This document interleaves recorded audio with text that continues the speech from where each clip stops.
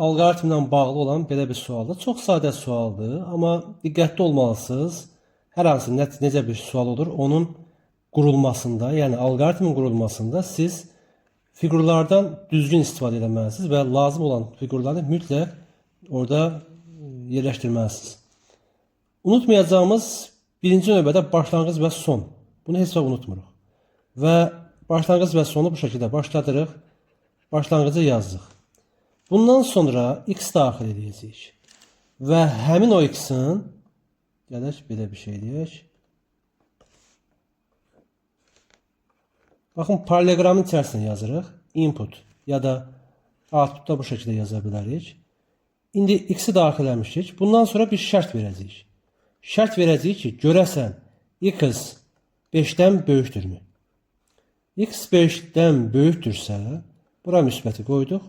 O zaman x plus 5. Birbaşa çıxışda bunu verə bilərik output olaraq, amma əməl blokunda bunu yazmaq istəyirəm. Y bərabərdir x üst-üstə gələk 5. Bunu yazdıq. Əks halda mən deyə bilmərəm də, yəqin ki, x kiçikdir 5 ya da bərabər 5 olduğunu nəzərə alsaq, deyə bilmərəm. Düzdür? Odur ki, bir dənə şərt bloku verirəm və burada yazıram ki, x kiçikdir 5-dən. X 5-dən kiçikdirsə, o zaman neyniyək? Burada yazıram, y bərabərdir x çıxaq 25. Bunu da yazdım. Buranın da müsbətini qeyd edelim. X 5-dən böyük deyilsə, 5-dən də kiçik deyilsə, bir dənə variant qalır. Deməli, x bərabərdir 5-ə. Bundan ötürü növbəti şərt bloku verməyə ehtiyacı yoxdur.